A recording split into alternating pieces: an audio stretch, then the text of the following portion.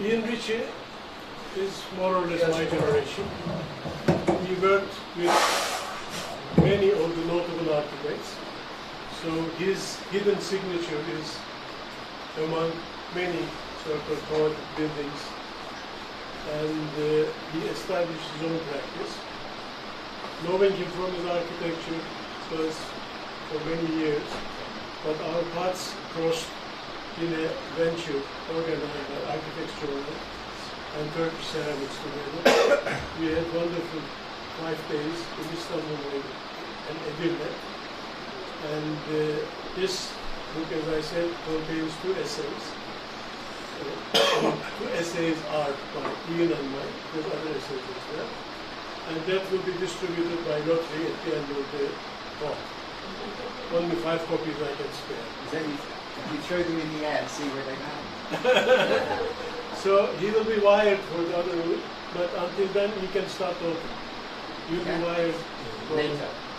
I think when the technician, you'll be wired immediately.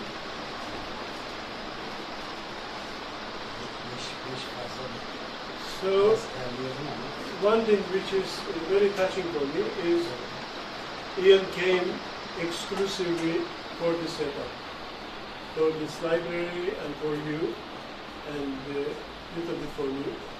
So I really appreciate and admire his generosity. He has no other business or talks in Turkey this time. He come to Bodrum and he will leave on the 6th. And 1, 2, 3, 4. 1, 2, 3, 4, 5, 6, 7. Okay, all the children will go ahead. Okay, stage is yours. Thank you. Yeah, it's a real pleasure. I have not been to Bodrum before.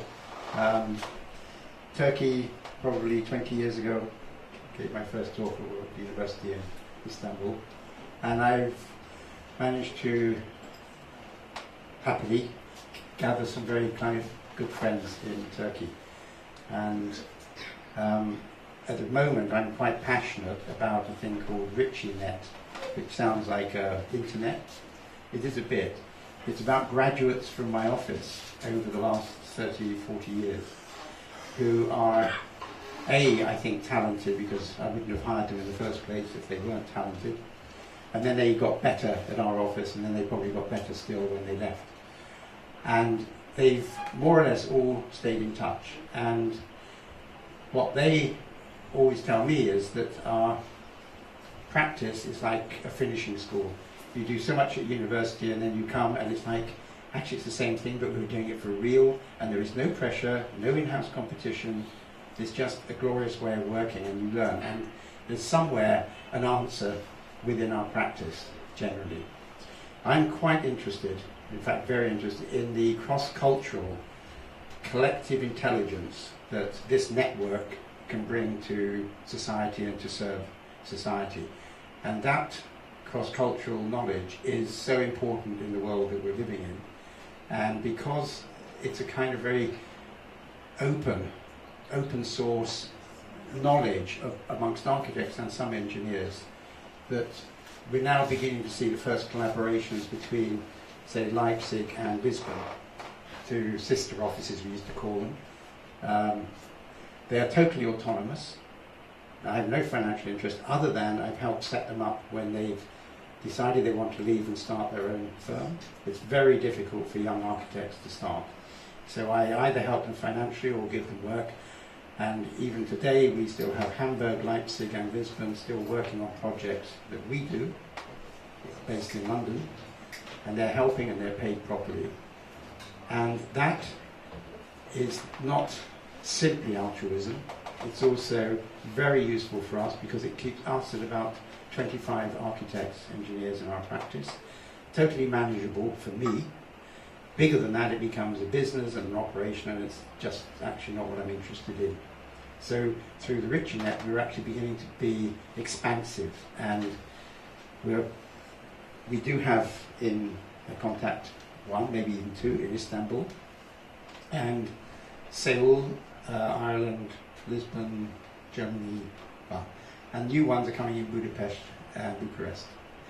And it's a sheer joy for me, because I've had so many birthdays now, I don't have to worry, that I can go tripping around Europe or elsewhere and encourage this new generation to think wider, think cross-culturally, to explore new ideas. So that's my introduction. I don't want to really say any more, but I've got too many things on here. It's a classic architectural problem. I didn't know whether I was going to come into an air-conditioned environment or simply have two Ian fans on the roof.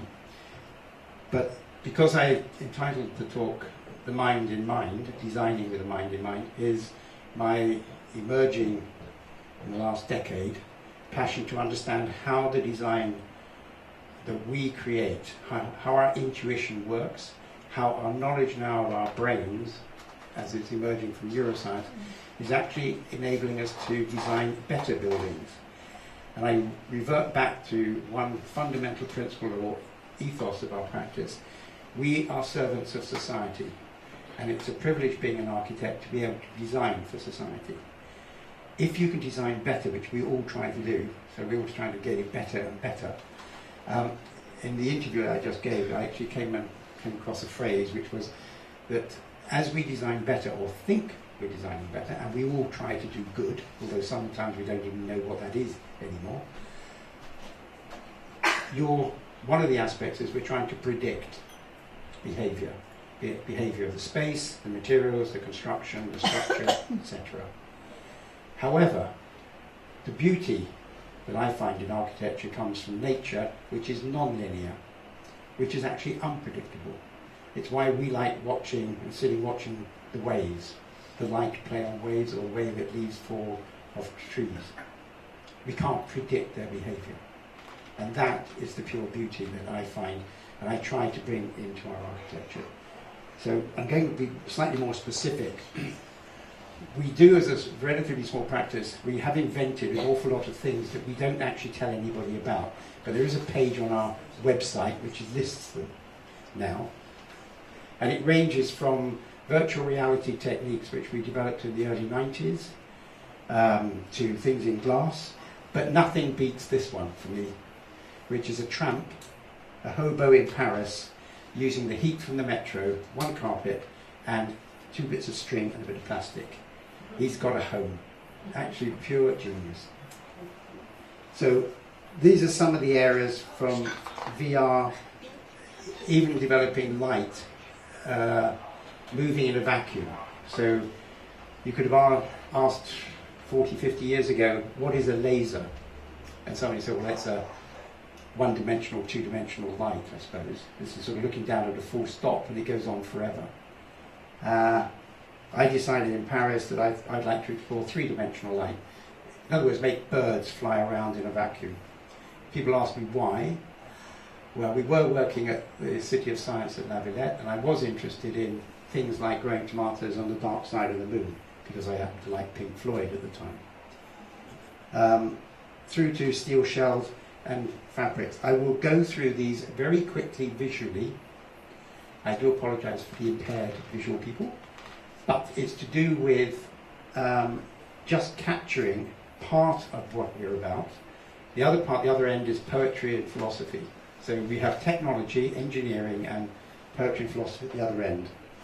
So for those that understand glass in architecture, this essentially is the history. 1970, the patch fitting, I worked on the Ipswich building with Norman Foster. We invented structural glazing in Paris in 1982. Then I invented double glazed planar for Pilkington, because they asked me to, in 1989. Then got rid of the fixing as a visible fixing with the Pearl of Dubai, which wasn't built but was fully tested. Then used it in France at Terrasson. And then got rid of it all and went to glue, invisible glue, for the Ecology Gallery at the Natural History Museum. That's a dangerous move, but we did test every single panel. But the purpose behind that was that when visitors come into a museum, there's usually silence, except the kids. And of course the kids will walk in and see this white glass space and go running and screaming and hitting it, thinking it's plastic. But it actually goes tinkle tinkle, and it makes a very nice sound. And they then freeze. because the whole purpose was to get them to understand they're in an environment. A very, very simple move. And then, just running through some of these, the inverted pyramid. We engineered all of this work at the Louvre for I.M. Pei. The actual inverted pyramid we actually created for him, conceived. That's the 3D light, and you can see over here there are some rings going up and the formation of birds in the next third one along. It's pure physics, but it's at the boundary of, if you like, electrons' behaviour. This is the Leipzig glass hall, which my interviewer had seen today. Not today, but has been in. This is one I was asked the other day, which of your buildings do you really think you're really special? And if I go back to the mind, the sense of awe that the mind has, when you, for example, go into a great cathedral or a great mosque, you have this kind of wow, awe. You can also stand on the edge of a cliff and feel the negative side of awe. And you go, yeah. But it's actually the same reaction that the brain's creating for you. This building, you walk in and you just go, huh. It has a reverberation time approaching 30 seconds. The glass is all hung underneath, and that's us as an office having our 10th, 96, not sure what it was. Anyway, we went to Leipzig. We do a works outing every year to somewhere, either where we're going to do a building or where we've just done a building. And that's quite important. You call it bonding, but it's not really bonding, but people want in our office to see what we're doing and where we're doing it, and because we're not always in and around London, it's quite nice to take everybody for a walk.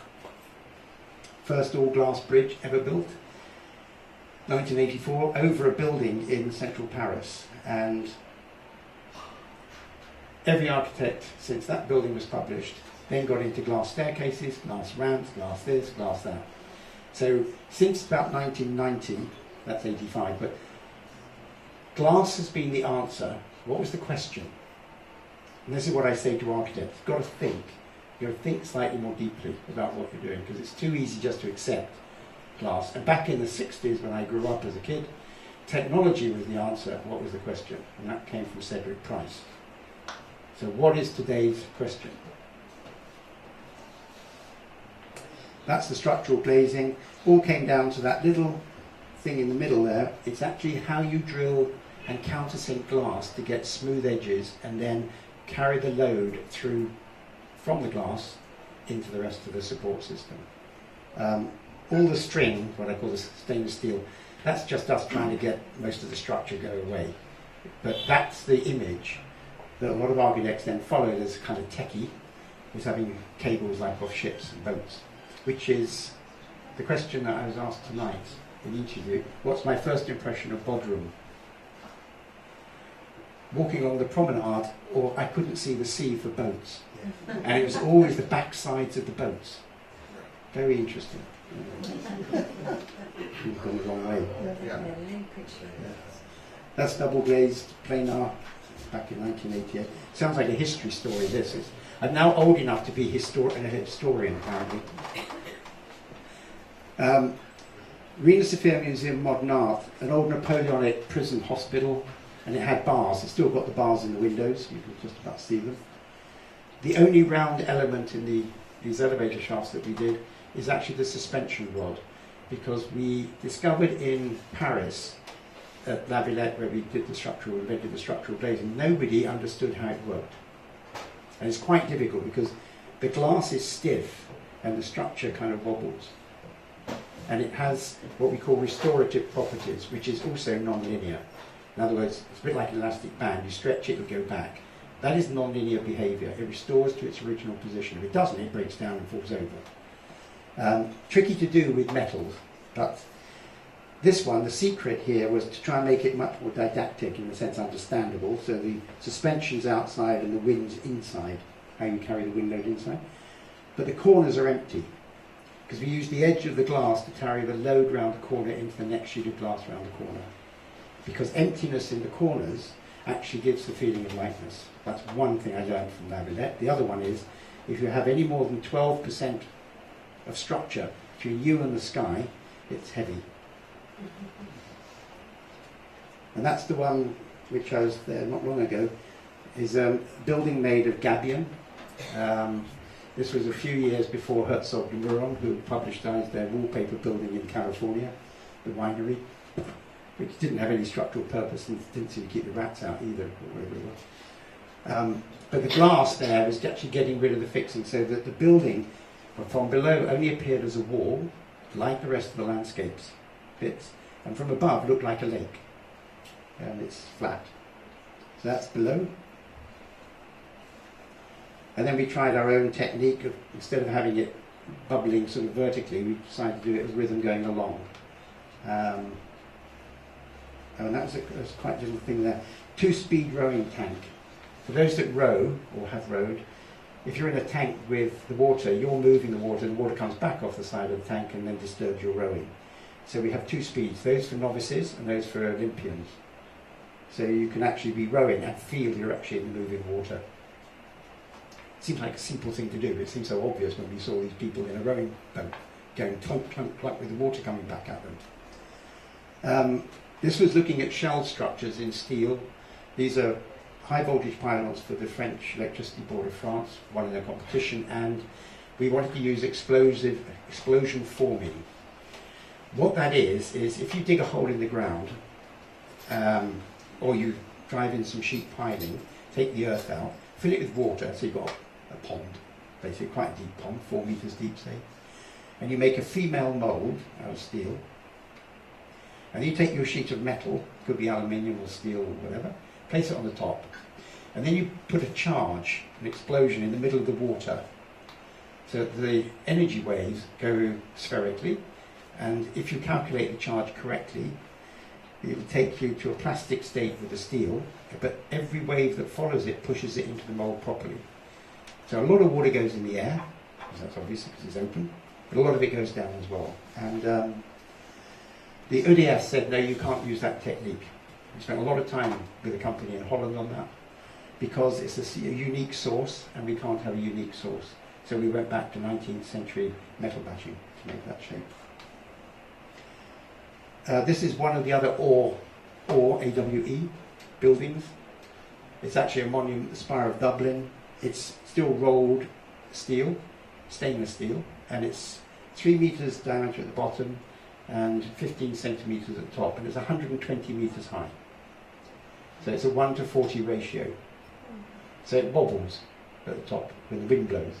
So there's a couple of mass dampers at certain positions up it. But it's actually shot peen, which is bombarded with stainless steel balls to make sure it's a kind of matte, so that you get the light drawn from the sky down to the ground, and that I call celestial acupuncture, or the underground cathedral.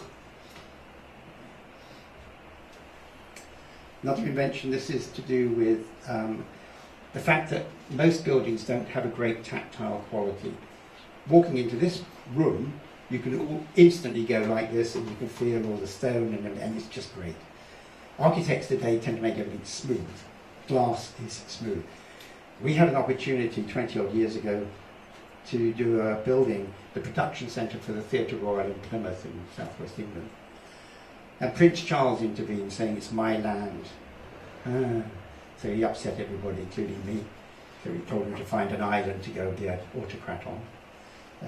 I told him not directly, his equerry, his secretary. Anyway, he backed off eventually. But he wanted a path around the edge. That public path comes very close to these buildings. So I wanted the idea you could touch it. So Kubrick's Vietnam film Heavy Metal Jacket came to mind. I thought soft metal jacket. This is theatre land. Theatres are about curtains that open and whole feedy people. We call them lovies. Actors and actresses in England. Very few. So we wove phosphor bronze, which is essentially copper wire with a bit of phosphor in it, into a cloth. It's a Dutch weave, and when the winds come off the sea, they hit this cloth, and the water vaporizes behind, and it's collected by a geotextile, and then it drops out, and then you have the waterproofing. but you can push it, shove it, and it's all gone very dark bronze. And the birds shit on it when they fly past at speed, seagulls. So you get guano, bird shit, and it streaks across the bronze. And of course, the chemicals in the shit, bird shit, reacts with the bronze, the copper, and you get fluorescent greens and whites and stuff. And it's like a everlasting Jackson Pollock painting. So we've asked the client never to clean it, but they do clean the rock landscape, which is nice. This was the Alba di Milano. It was built, and then I joined a select, a very limited group of artists, sculptors, who've had their works destroyed or taken away. Richard Serra's one, Rachel Whiteread's another, and this one, after 18 months, the Minister of Culture, Mr. Scarby, came up from Rome and said, I don't like that. We can't see our 1950s neoclassical railway station properly. So it got removed overnight. So, but it was made of fractured fiberglass. So you have 40 pieces of fiberglass rods, tiny rods, inside the sleeve. And then when they manufacture it onto a coil, we ask them to randomly hit it, so that you just break a few, randomly, some of the fibres that end up in these things. And then, of course, you animate it with light that's rotating colours. It's good fun. There you go. Gives you a feeling. Yeah. And then this theatre, which was a breakthrough for me, I was a governor of the Royal Shakespeare Company, partly because I like Shakespeare, but actually they needed an architect to help them through a 120 million rebuild programme of the main theatre. But the new director, Michael Boyd, wanted a temporary theatre, and for doing the Complete Works Festival, so that's the complete Shakespeare canon. And as an advisor, Eric van Egeraat won the competition for doing the new theatre, but there was a problem between him and the engineers, and the reason I was made a governor was actually to get rid of Eric van Egeraat without any blood on the walls and no court case. As a result, in the process, I asked them to look at doing a temporary building on this car park site. And it came out at about 14-15 million pounds for 600 seats. Then I asked only the engineers and the QSs, the quantity surveyors, to do it. Now they knew how to do it. And they came out with a scheme at 14 million. And it proved to me that they weren't working together properly as a team, all of them. So Eric was moved away, and there was another international competition for rebuilding a theatre. Meanwhile, if, as I pointed out the board, we take down and rebuild the main theatre of 1,000 seats at Stratford-upon-Avon, the lights will go out economically for the town. So we have to have another temporary theatre with 1,000 seats to keep the show on the road. And so I said I thought you could do one for 6 million to the board, and they said, oh yeah. And I said, well, I realise I'm a governor, so I won't ask for a fee, but you keep the Arts Council of the United Kingdom off my back and you'll have a theatre. 18 months later, they had a theatre for 5.8 million, and that's this one. And Michael Boyd wanted nobody further than 15 metres from the stage, and that's 1,000 people. That was a very interesting challenge, but we did it. And you're not looking down on bald heads, you can still see the eyes of the actors. This short clip, there's a three-dimensional, three-gear arrangement out of glass. I'll run it again. No, I won't.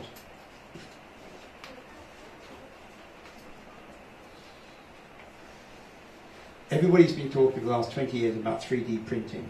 This is the negative version of it, and it's going to have a very big impact on a lot of things that we will use in society and in architecture.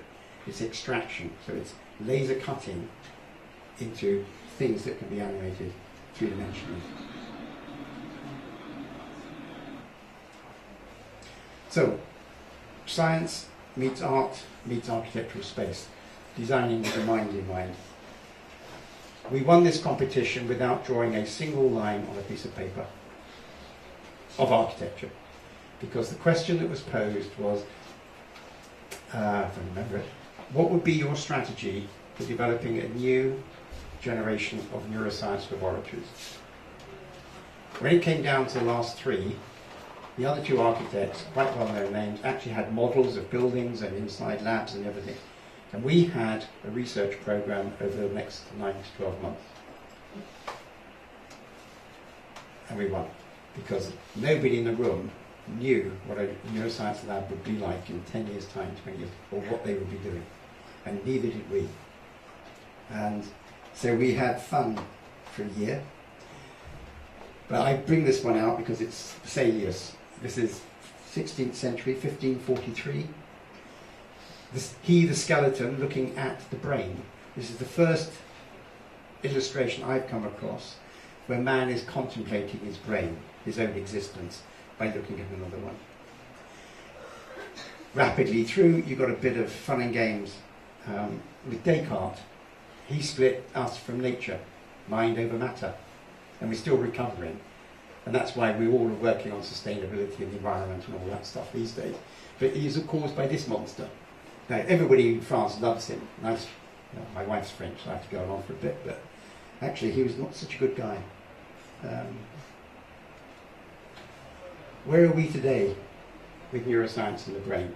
It's very now becoming much more common in conversations with lots of people. Things to do with well-being, feeling good, trying to design better so that people feel happier in the spaces they're in.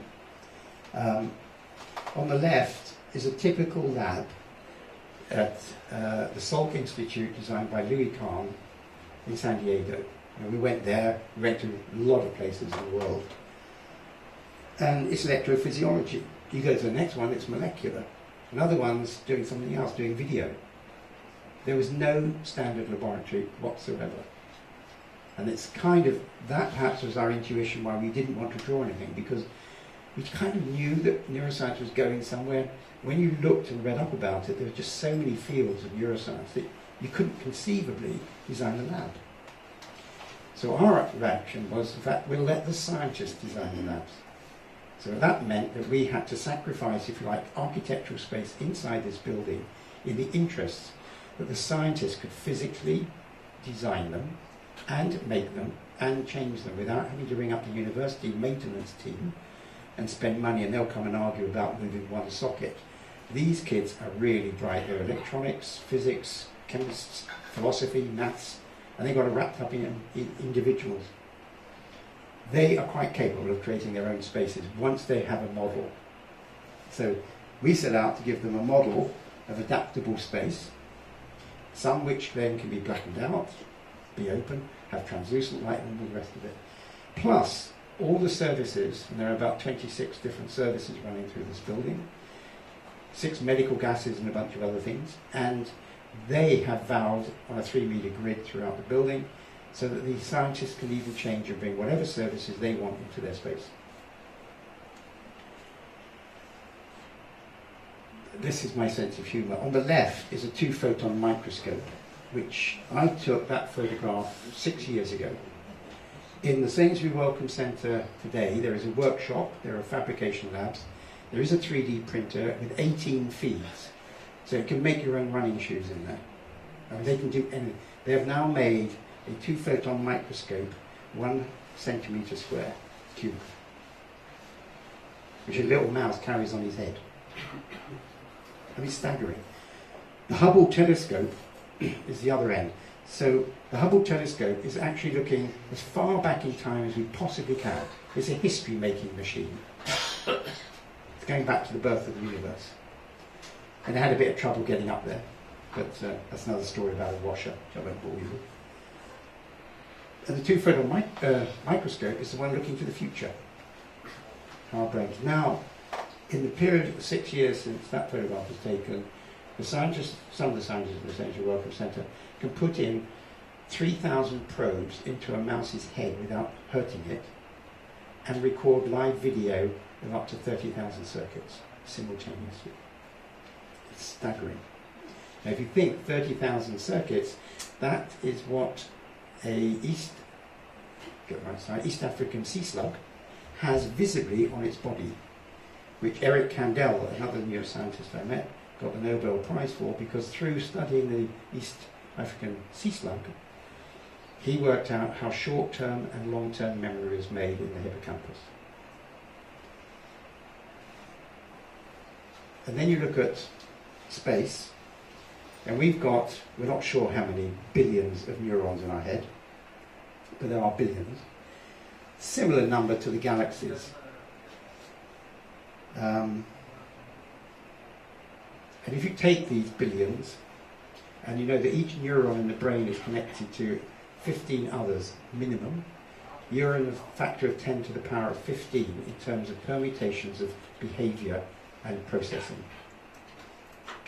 It's unimaginable, which is why it gets really interesting, because they're mapping, neuroscience has been mapping the brain as well as certainly studying certain parts of the brain for particular behavioural characteristics. It's been going about 60 years, 70 years, and we were fortunate that the person who became our prime scientist at University College was John O'Keefe. And he started off in New York. He did philosophy first, interestingly. Then he went to neuroscience, and he spent 40 years at University College London looking for the GPS of our brain. How do we know we're in this room right now? Because if the lights went off and the fire alarm went, and you could see nothing, we would all find the door. How? So he set out to find out. By accident, he didn't start looking in the hippocampus for place, and he found place cells. And very simple, but this is the way they can now colour the neural circuits in the brain. That's up to hundreds of colours. But it's the hippocampus which is one of the key areas. It's just above this bit. So John O'Keefe found the place cells in the hippocampus, and two of his postdocs in his lab in the 80s went back to Norway, the Mosers, Mr. and Mrs. Moser, and they found the grid cell and the border cell. The grid cell is the XYZ. It looks, you can read it as a triangle or a hexagon, depends how you want to read it, but it's a three-dimensional cell structure. The border cell is when you cross a threshold or cross a road, your brain registers. And that's why in virtual reality, wearing goggles, you get a clunk when you go from one room to another. We're working on a cheap one, we don't have to bother with that, but it's quite interesting that the border cell is the one that creates barriers in our minds, and that applies to not just architecture or space. And the head direction cells were discovered by an American whose name I can't remember, which means you point your head somewhere, that gets registered. Put these all together, you have the GPS system of the brain. What do you do with it? Well, this is what I've found out from the scientists. So, only 10% of what your brain uses to see comes from your eyes. 90% of it is already in your brain. It's inherited in your DNA and the brain structure. Perception is not just through the eyes. Our brain, and this is the really important one, our brain did not evolve to experience the world. Extraordinary statement. It evolved to communicate with each other. Now you think you lost a bit of that on the way somewhere. The other thing I've found out more recently is that I thought our DNA, once we got it, we grew up, became an adult, that was it. No. Your DNA changes during your lifetime. So what we're calling things like red, green, blue, we all have it about seeing colours. That's inherited. The other part is acquired by who you know, how you live, the environment you're in, how you talk, arguments you have, evolves you as a person, and that affects your DNA. So, and then there's one other one, which will please you. Because a friend of mine, one of the scientists, neuroscientists, he's the professor of circadian neuroscience at Oxford University. He invited me for a coffee, because he's on the governing council of this project, to meet him for the first time at the Royal Society. So I went along, and over coffee he asked me, what's your favourite colour? And I said, 481 nanometers. To which he said, nobody says that. Anyway, you're 1 nanometer out. Not that the brain can tell the difference. But it happens to be a blue, and he then explained to me, it's the blue in the early morning sky, particular wavelength, that makes you most alert. But it's also, and this is where Russell's research governs your biorhythm and sets your biological clock going. Now, he came across a 1950s Russian research paper which sort of vanished, nothing happened. But a close friend of his wife, suddenly became blind, totally blind. And he asked her if he could do some experiments. So, not only is she blind, you put the blindfold on, you stick it down, and you put her head in a box. And he passed white paper and black paper into the box randomly. And she got 100 out of 100 correct. And that's because of these things. Retinal ganglion cells, which are behind the rods and cones, which we all know about for colour. But the rods and cones don't pick up black or white or grey. In fact, if you move your head really fast, your colour field will go grey, but it's actually quite painful to do it. And that proved to him that the photons were still there. They were just coming off the white paper at a marginally bigger rate than they were off the black paper. And those retinal ganglion cells picked it up. What's that got to do with us? It means, and for those that were old like me, when you grew up as a boy or a girl, you had a candle to read by at night. I'm just joking, I'm not that old. But one candela is enough to read by. And yet today we have standard 300 lux for the work plane. Why? We adapt. Our brains and eyes adapt to light. So we're wasting energy lighting our buildings the way we do. This is the Vitruvius one, which you, as architects, know: delight, functionality, buildability, firmitas, and all that. And that's my little diagram where you have, right in the middle, you have an empty triangle, which is about intuition, where you develop a vision, you innovate, you imagine, and then you move outwards with certain things to delight, others to function, and others to buildability. That is boring, actually. It's useful, but it's boring. This is my one, and I find this one much more damaging to my brain. It asks me to work harder. And its basis is on sophon, techne, logos, praxis, and poiesis. And the poiesis one is the most important one to me. It's the thing that makes other things happen. This comes from Plato. And I have been so aware that you don't do anything on your own, ever. And that one thought that you communicate to somebody else goes, woof, and everything starts happening. It's brilliant. And people ask me, well, how do you actually start on a project? Well, this is my diagram of how I think I do it, which goes back to the mind. You've got the acquired concepts from the environment and people, and you've got the inherited ones. What happens? You're asked to do a project. You've got external challenges. Your internal mind is coming up with ideas, because we now know it's got control of us most of the time. And we have responses: cognitive, psychological, and imagination.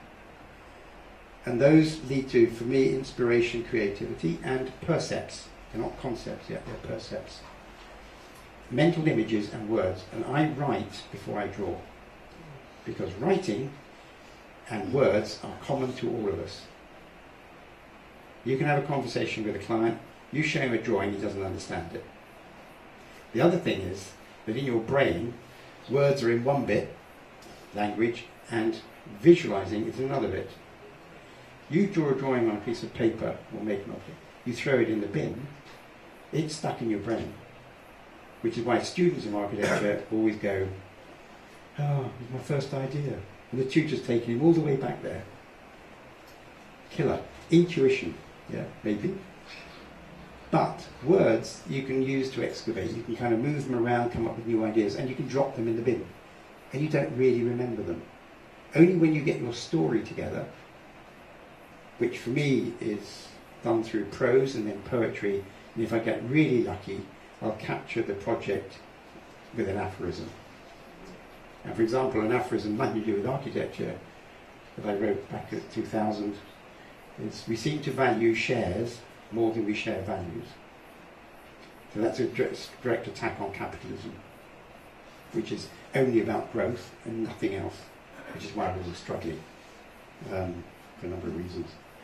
So from that, the words, I distill the text, the poems, and then I get a Japanese or a Chinese brush out and I'd make one line gesture or two line gesture. The feeling of, if you like, the physicality of ink hitting paper, the actual physicality of moving your arm, which also, of course, has embodied memory in it. You ask any actor, take, I don't know, Richard III, part 2, and you say, go, you're sitting down. You stand up, you move your arm, you're off. The words will flow. So it's quite interesting. So from those, the calligraphics, you do a pragmatic assessment because you've got a client who's got a budget and wants a square metre it is. On the other side, you've got your poetry and the balance and the beauty you're trying to find. At that moment, you're trying to come together. That's the beginning of the architectural idea. And of course, it loops. It goes round and round. And I don't know if it's in this series, might get to the end of it. I now describe design as a neuro-design loop. Because what we learn designing a building and building it, whether we like it or not, it actually goes into our brains, we've learned. Then you're trying to escape that to the next bit in order to do something much better. So the spatial and organisational, sorry, it's a bit quick, an organisational concept. So we've done the research, we now have to do a building. Tricky. So I wrote, this is an extract from the poem. I wrote, architects are not magicians, they are dreamers. Many architects accuse me of wrongdoing. They're saying architects don't dream, we're much more intelligent than that. Okay. But my architecture starts in the spaces I create in my mind. Spaces in here and out there. It is a continuum between inside and outside, mental and physical. An architecture has two distinct phases, the mental dream and reality's nightmare when you come to build it. So now I'm designing with the mind in mind. That was my knowledge base. That was my first ink drawing on the project, first drawing, apart from the etching. What did I know about neuroscience? A glimmer, that little hint of that blue light in there somewhere, maybe. The rest of it was like black, don't know what I'm doing. And then there was the non-linear aspect that were in my mind at the time. I was about to go to the Arctic to go hunting, see if there's any plastics, microplastics in the Arctic Sea. So those waveforms, I thought there's something there. And then there's the play of light on water. And then there's the melting iceberg, which is obviously to do with the ice caps. And the project was in Fitzrovia, which is a conservation area of central London. And there's a big square called Fitzroy Square, and it's also where Arup have its headquarters. And the south side building, which is facing north, was rendered white when I used to work at Arup. I remember that back in the 70s. And it always struck me that that was to bring the light, what little light was falling on it, back into the square. This was a parallel street, 100 metres away, with big plane trees, and it's very dark. So the iceberg stuck. This is what happens with images. The iceberg stuck. Not because of melting ice caps, although that was one issue, but to do with bringing light. And how can a building be white in the day and white at night? If we think about it, all cities have windows, and they're dark grey. Actually, we're surrounded by a lot of windows in the Western world. Here you have perhaps less windows, which is a good thing. But at night, you just see the light fittings. You look up at a building, you see the ceiling. You see light fittings. So it's pretty crap. So it's wrong word, but it's rubbish. A lot of architecture in that sense in the city. So this was the plan, flow and movement. The four colours are, the lab is blue, and you'll see the wavelength. And that was already thinking about doing all of the ceiling behind all the surfaces with 480 nanometer paint to keep these guys alert, sort of. The yellow is interaction. Sorry, the yellow is write up. When you go in the lab, you do your work, you go outside the lab into a different air conditioning system, and you write up your notes on your laptop. The purpley blue is interaction, so you've got the interaction between scientists. And the red is where they use rats, mice to do their experiments. They normally are housed top of the building or in the basement, usually in the basement, and the people that work there looking after them, the husbandry of these animals, is in the dark, basically fluorescent light all day long. So we thought it'd be quite nice to have those labs, that facility in the lab for those scientists that want it. So they don't have to take their experiments and their rat with his 2-photon microscope on his head all the way down to a basement or up to the top overnight and then start again in the morning, because it's distressing probably for the scientist and for the animal. So these are all rodents. There's no mammals in this building, but they have fish, interestingly. And we designed a space for bats as well. So it's 3-dimensional spaces in there.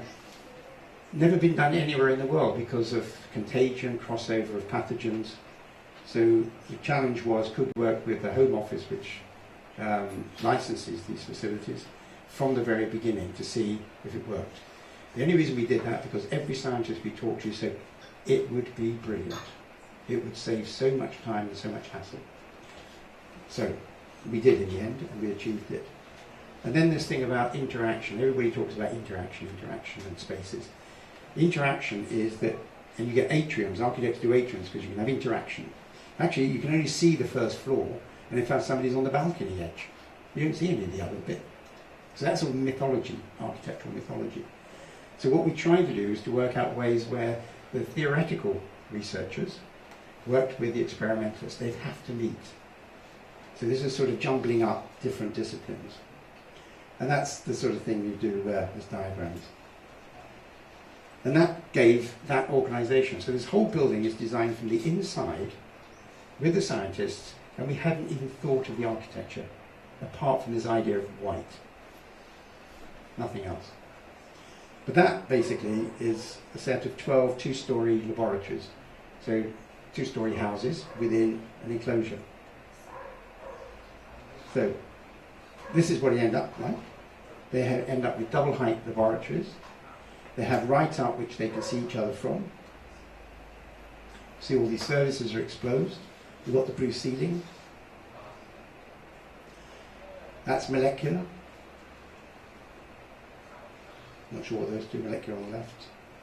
Electrophysiology.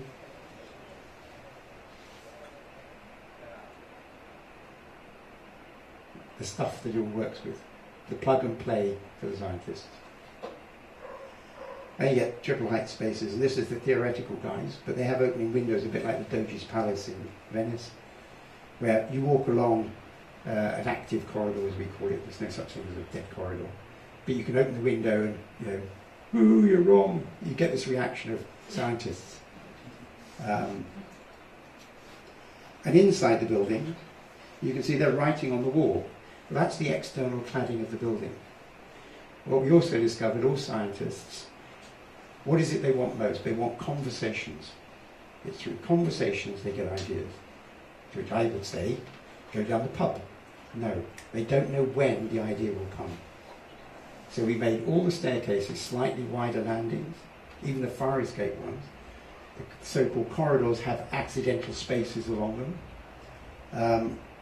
And we said you'll be able to write anywhere on this building except where it's painted. Anywhere you like, you can write on it. It's your territory. So they have literally covered it in calculations and stuff. And the university, well, John O'Keefe, asked a survey to be done of the students and the postdoctorates. Do you want open plan or do you want rooms? He was expecting rooms. And the answer came back, open plan but privacy, apart from the PI. So we designed this furniture where they've got almost a remnant of the facade and also their acoustic enclosure, but it's not really enclosed. Every single space in this building is adaptable, so there's no great picture of a lecture theatre.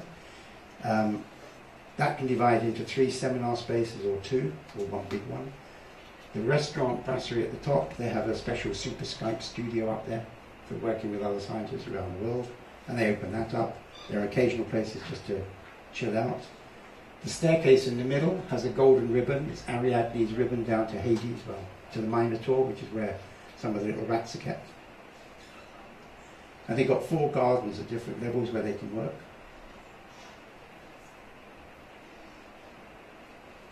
And we come to the concept of the architecture. What did the building end up looking like?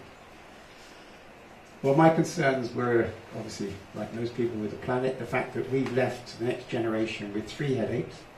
We had one. We had called the Earth, the environment. We were happy in it. They've now got that messed up slightly. They also have a banking crash. They have a finance system that's a mess. And they've got social media, which is giving them angst. So they're having to deal with 3 worlds, the current generations. And, okay, this was my reaction to that. So I tried to capture that in the building. And one of the research things was to look at cast glass, because cast glass is half the cost in production. Could we turn it into a wall system that was insulating, let the light through as white light, put windows in, because the scientists wanted windows, which obviously has impact on how many air systems you've got in the building. And during a trip to the Arctic, this is an iceberg off a glacier. You see all the vertical lines? It really struck me, and I asked an Inuit, what are those? Well, of course, glaciers, when they break, do that. They rotate 90 degrees. What those are the build-ups of snow layers over the years. And when they go over, the oxygen stuck in the ice from the snow falls finds its way up with all these flutes. So that gave me the idea for the actual surface of the glass, that we would design it such you don't have to clean it. No maintenance system at all. And you can see in the middle picture there, we have undulations like this, which are 3 millimeters apart. So the crest of all of those stays clean because the wind just knocks the stuff off. So we have about 1 million rainwater pipes along the facade, all carrying little bits of water. And you can sit and watch the rainwater coming down. Of course, it keeps it clean because you don't notice any dirt. And then inside, we put some what I call angel hair, which is actually now known as Wacotec. We used it first in La Villette, in the big roof, and that was sponge fiberglass, which you can compress. It's got memory. And it was used in the filters of the clean room industry. Remember clean room labs? And that's where we found it originally. Anyway, it reappeared. And then the public. So this is the building. Now you see the windows. We developed the glass, toughened and assembled so it became structural. So this is the first building that has structural cast glass. And it carries the windows. There's nothing else carrying the windows. And the windows have got their own louvers and motors and things. But it has a whiteness. It's got the iceberg. That's coming all to the dusk. And then at night it's white. And the light plays, which I talked about the fact at the beginning. You want things where the non-linearity in nature, this time light, just actually has fun as well in the buildings. It's all the same material, but sometimes it's got insulation, sometimes it hasn't. So it's a kind of language of this verticality. And when it came to the south side, which has a lot of plant, and that's the one you insulate against the solar gains in London, we designed a pixel. We're in a pixel age. It was on screens. I'm working with neuroscientists to get rid of our screens and these things in our pockets. Can you remind the name of the building? Can you remind us the name of the building? The name? Yeah. Sorry, the Sainsbury Wellcome Centre for Neural Behaviour and Circuits. Neural Circuits and Behaviour, sorry. And then this is really concealing the plant. It's the sort of anti-Pompidou, if you like. But it's also the fragmenting glacier, the sea ice. And when the wind blows, it moves. And so you have the non-linearity of nature, the randomness of wind manifesting itself and playing its own poetry. No noise? No noise. And the design of it, it got tricky, these things always get tricky, because we're over 18 metres high. That means we have to have no fire spread at all. None, zero. So we had to design a new resin that was completely incombustible and cast these as big sheets. And the thing was amazing. These big sheets came out looking like cast glass. It's extraordinary. It's the same colour as the glass. What resin is it? Hmm? What resin? Which resin? I can't tell you that now. Oh, it's I can tell you that. top secret. Top secret. But the actual, how it's hung, there's a French game where you have a three-dimensional bow tie. It's a sort of this shape, but in 3 dimensions, and it's called Diabolo. And you throw it up as a wooden thing, you throw it up and you catch it onto it. Well, a Diabolo, that shape, has a natural break on both sides, so they can't flip over. And we picked a particular type of material that didn't make any noises. So we had to prove that to the client, as you usually do. And as you turn the corner, you've got the melting ice. That's just that one window. It's like the water after that. The colonnade has music down it. Now, the local authority planners said, we don't want your colonnade because you're going to get drunks and hobos and people homeless. And I said, well, so? What do you kind of say? They don't exist? I said, it'll be fun. And you get occasionally kids come down there, some people with guitars, and start trying to play music. But the music is considered by the principal of the Royal Academy of Music, when I asked him, what is the greatest piece of music the mind has ever created, in your opinion? And he said, Bach's musical offering to Frederick the Great, known as the Prussian Fugue. That's the Prussian Fugue of 1,000 pixels, complete. Even the graphic designer of that, when we sent the first draft to the principal of the Academy of Music, he said, you can't take those bits off, they're important. So we had to put them back on again. And so and they move in the wind as well. And then the other side, as the same sheets, you have the first thing about perception and how the mind fills in the gaps. And these are portraits of Nobel Prize winners who've had some part of their anatomy at some point in University College London. And we left a gap at this end for the next one who's supposed to come out of this building. But in 2014, halfway through building, John O'Keefe got awarded the Nobel Prize. So we all went to Stockholm and got drunk. And he doesn't want his portrait up because he lives locally. And he doesn't want to be famous. But as you walk down, you get the sweet spot and you suddenly see the portrait and you realise how you get the brain. And then we did some vitrines at the bottom there with things of distortion, deception, inversion, illusion and perception. Of how the brain is totally in control of us. And we're deceived all the time by our brains, completely. And then at night we projected a neuron firing on the side of the building. So does it work? At the end of this, we as a practice always go back to the buildings for several years afterwards to make sure that we learn from what we did. And one of the neuroscientists, Adam Camp, said, scale-free network. You've given us a scale-free building. We can do what we like in it.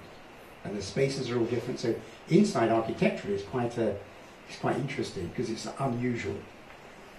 But apparently neuroscientists about 10 years ago discovered that the brain, of course, its functionality is scale-free completely. So that's why they see a sort of that was a bit quick.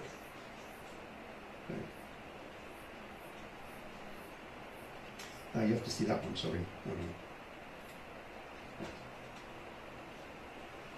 So some of the neuroscientists did this filming. They went running around, put the lights on and off, just because they thought the building was now a brain. Full of brains. This is okay, 4 minutes? Is okay? 4 more minutes? This is a short 4-minute film about the building. Yeah. I think. This evening is yours. All right. Don't hold your horses. Well, I've got to make sure it runs. Why isn't it running? Continue. We have 20 minutes for pizzas. Don't worry. Yeah, it's not running. Oh well. It's on our website. The answer to everything. You in? Yeah. Hang on. Just check.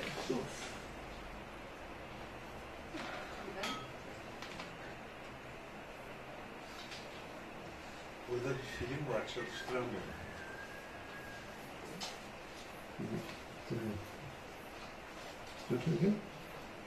It's a nice film, as well. You don't know the prayer.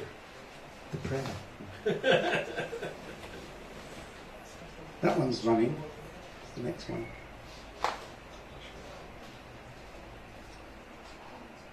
Okay, it's not running. Don't worry. So the last bit is, what did we learn? Well, we learned that it worked. We listened, we worked with the scientists all the way through, and it's a bit like working with a community doing some housing or a school. It becomes their place. It's so obvious, we know that, but we're not used to doing it at that level. And John O'Keefe said after 2 years, he said, I think we're now understanding each other, aren't we? I said, yes, I've learned a bit of neuroscience, and he said, and I've learned a bit of architecture. And he was the one who came out with the phrase, right, we're both neural architects.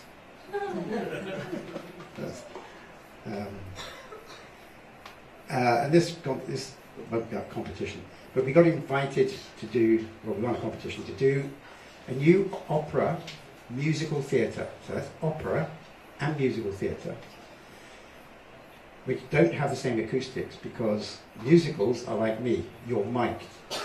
And these are students. Opera, pure voice, and they're looking, most singers are looking for their bit on the stage where their voice sounds best out there. And my description was that, to the principal, in a sense, we're creating the last instrument for the voice. We're the last chamber. So it goes through, starts down here somewhere, goes through all these bits of your lungs and your trachea and comes out, shape of your mouth, the shape of your teeth, the position of your tongue, your lips. And then you hear it because of the instrument that's out there, which is the room. And he said, very poetic. Thank you very much. I asked Jose Garrido, who's a Puerto Rican in our office, who was in the Puerto Rican youth orchestra. Lots of stories. Go and study Cremona and find out why Stradivarius and the other violin makers are so successful. Why are their instruments so good? And I went to find the best joinery carpentry company that I could find in the British Isles, because our office knew nothing about wood. Now, wood is, for me, has always been dangerous. Plywood's fine because it's kind of machine, but wood has its own life. It never really dies. And not knowing much about it, I just wanted to make sure we didn't mess this up, because I was convinced wood is going to have to be the answer in this room. So anyway. Again, we're surrounded by grade 1 and grade 2 star-listed buildings. And we are in this little hole at the back. There used to be a courtyard. And it's a complex and very tight and no space. So it became keyhole surgery to put in a theatre. And then there's another bonus. So this is where we started. Wood shape. Textures, varnish. Is it in the varnish? Is it in the little stick that holds this? I think it's, yeah. Photograph inside a violin. It's an architectural space. It's fantastic. That's the building. That's the site, is that grey roof. And that's what we imagined, eventually, on the top of it. So this is just... So what we ended up with was putting in this theatre, and with a fly tower, and actually making a big hole into a grade 2 star-listed building to create a wing, because it was such a tight space. And on top, with the principal, this other room, I said I think we could get planning permission to go up a bit higher. And he said that, well, for 10 years we've always been told no, it's not possible. Because it's overlooked, you've got these buildings, and you've got very rich neighbours with lots of power. So we put a pole just here on the end, a red and white pole, 10 metres high, and I walked round the area into the park to see what I could see of the pole. And I concluded you could build at least 6 metres high. So I told him, do you want anything up there? And he said, practice rooms. We always short of practice rooms. And a bit later I said, are you sure that's what you want? And then he said, no. I want a recording studio. I want a great public recital hall. I went, he said, done. I said, done, we'll get it for you, Zid. We'll see. And Anyway, so this is more architectural for architects. So those are the components. You've got the roof at the top, the recital hall, the fly tower, and the theatre and the balcony and the stalls. The trouble was, there was only one place to put a crane to build. There was no site storage area, so it all had to be prefabricated. It was where the old lift is, the stage get-in. We had put the tower crane there, and high enough up so you could bring some stuff in, but there was nowhere to fabricate or anything. And it was a live 800-student conservatoire. And you're right next to all these practice rooms.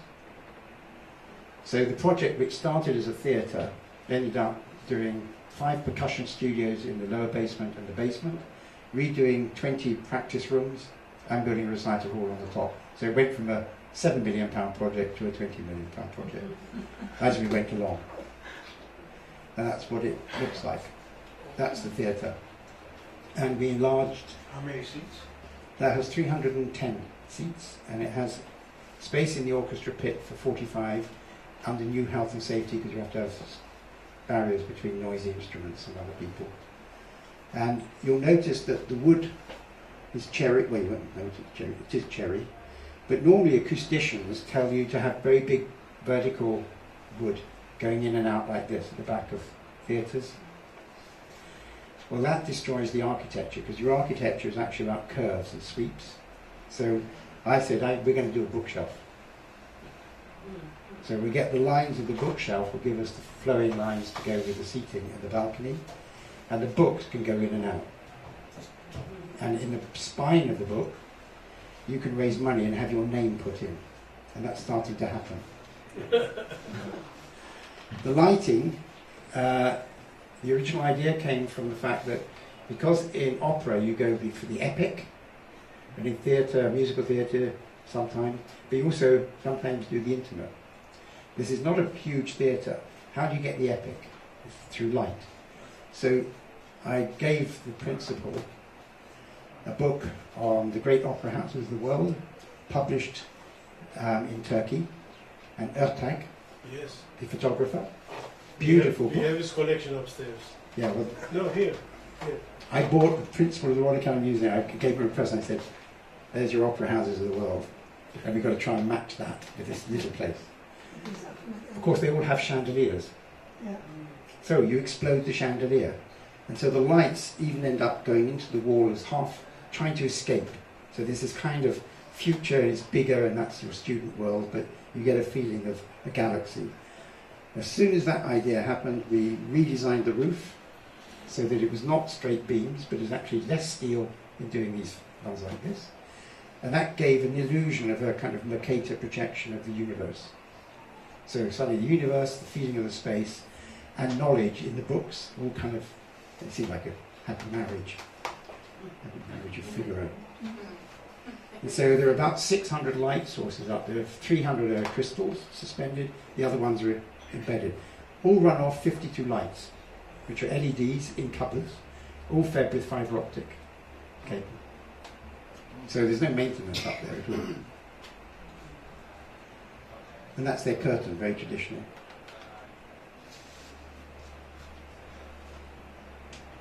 And what's interesting, what the other thing the lights did, it took your eye completely away from all of these lighting slots in the ceiling for projection onto the stage. You just don't really notice that. There you can see these half crystals. We thought Swarovski might put some money in, but they didn't. But you can see the quality of the joinery. It's just fantastic. It's gorgeous. That's the happy client. And that's the lady that the theatre is now named after because her husband gave £5 million for the project. Fair enough. And that's the first students, and that's the design team, the 3 of them up there.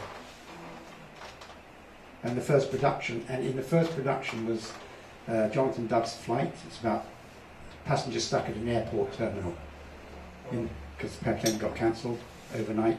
And of course all relationships happen and life comes out. And there's a wishing period in the opera, and Jake Wiltshire, the lighting, who's the technical guy there, made all those crystals twinkle. And I've never seen that in opera. The house light working so beautifully. So that was the orchestra down below. So these are kids that probably the oldest is 23. Fantastic stuff. And then we created a new connection between the main staircase, which meant making more holes in that listed building, with the theatre. And so they've got now a new circulation system within the building. And they've got disabled access and put the lift in. So that's the little lobby you come above the theatre. That's the old building. And bringing the light in and opening it up meant we could open up the windows that had been bricked in before, underneath, for all the practice rooms. And so this is the recital hall, which has next to it plant for the building and a fly tower. And this recital hall is structurally and acoustically totally independent of everything around it. So there's no sound transmission between the theatre or the building or in this room, which means that it's a great recording studio. And that's it from the outside. The blue copper came from some research we did with Outokumpu in Finland in 2004 to find a turquoisey copper, because most were greens, and they weren't going green anymore because there's no acid rain. So we thought we'd pre-pattern it, but have the randomness. Again, it's the randomness of colour, not the uniformity that we're after. And 2007, the chemists there solved the problem of stabilising it. And they asked if they'd call it Ritchie blue, and I said it's the wrong wavelength. No. So it was then called Architect's blue, now it's called Nordic blue, and there are 5 variations of the blue.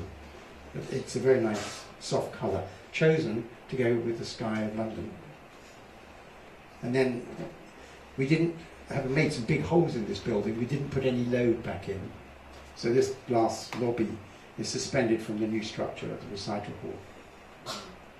And it's on a rhythm to do with the windows of the old building. And it, in a way, associates for me my favourite instrument, which is the harp. And actually the musical instruments form the structure of this in our minds, and the recital hall, which has an oculus at the top.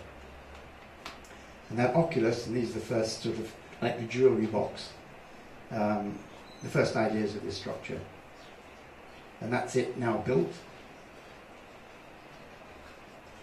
Musical instruments, and look at the structure. It's the same sort of thing. It's almost like the bow of the cello or the violin feel. And this is the room.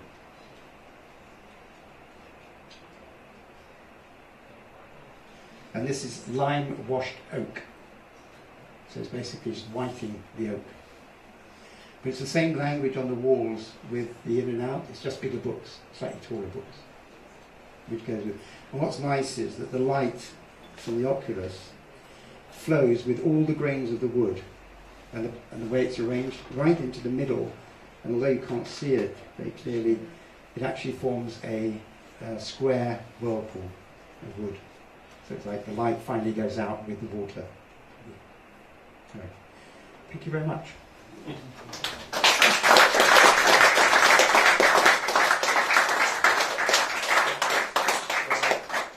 Thank you so much. Pleasure. It was wonderful. Thank you also because you were describing everything so well. The architecture went into my mind. Oh, good. Wonderful. Wonderful.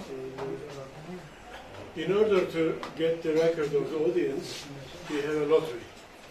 Oh, I got it. Can I? No, our lottery angel is here. It's traditional, it's here.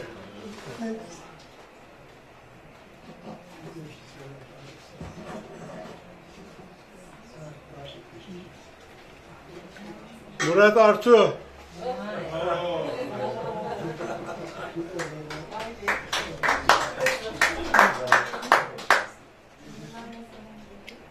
İnal Uşaklı.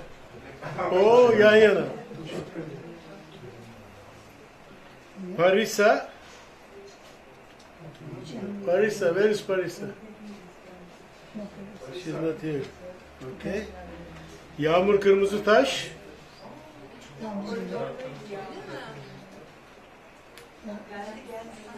One more. Yes. Begüm Yazgan. Bana mı? Evet. Yalnız 3 tane kitabımız var. Ben bir şey söyleyeyim mi? kitabı bana vermişsiniz. Hadi 5 başkanım. Ay 5 tane. Belgeleri veriyoruz. Teşekkür ederim. Sağ olun. Murat ve İnal orada. Kim kalıyor? Bir dakika. Yok, bende var o kitap. Var mı? Bende Var mı? Ha, Yağmur nerede? Teşekkür ederim. Yağmur alıyor. İnal ve Murat aranızda paylaşın. Öbürü postadan gelecek. Yanlış hesaplamışım. Affedin. Sonra gelelim. This is the document of our appreciation. Oh, thank you. And we are really, really heartened by your participation, making all this trouble, spending the 3 days of life. That's the greatest gift that one can give, a slice of his life to the others. So I would need another round of applause for Ian. Thank you.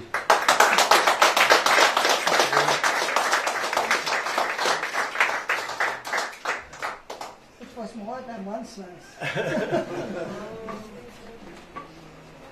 Apparently the Zamanı gelince the ultimate philosophy is the art of living. pizzamız gelecek. Yes. So now you know the brain's only made for communicating with other people. Absolutely. And especially when you are blind. I wasn't always blind, but what you were telling, executed, it's like that. That's good. Yes, but it is so wonderful because I think that nobody got so much pleasure of your exposure as I did. Amazing, isn't it? Yeah, everybody was seeing, of course. And Yeah. they were telling in such a way that I saw it. Poet. Wonderful. Thank you so much.